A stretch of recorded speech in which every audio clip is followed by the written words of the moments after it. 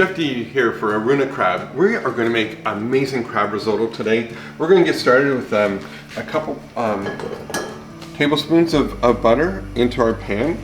We're going to warm that butter up till it all melts. We're going to add some asparagus and some sweet peas to this. About half an onion diced.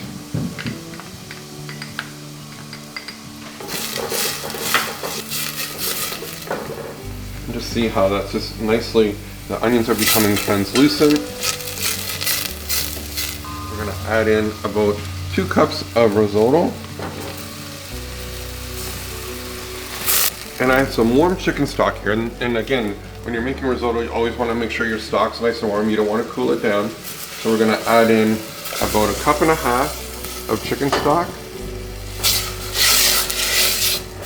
I'm going to turn my heat down and let that risotto absorb it. It's probably going to take about 3 to 4 minutes for it to absorb all that moisture.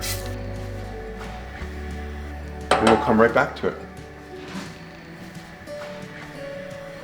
So now, our risotto's almost done. It's still got that nice al dente bite to it. Now we're gonna add in our asparagus, our sweet peas, of course, Aruna Crab. We're gonna add in about half a pack container.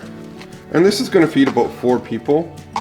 A nice side, if you're doing some maybe cedar planked halibut or cedar planked salmon, fantastic side to go with it. Now we're just gonna add just a touch more moisture, about 1/4 cup.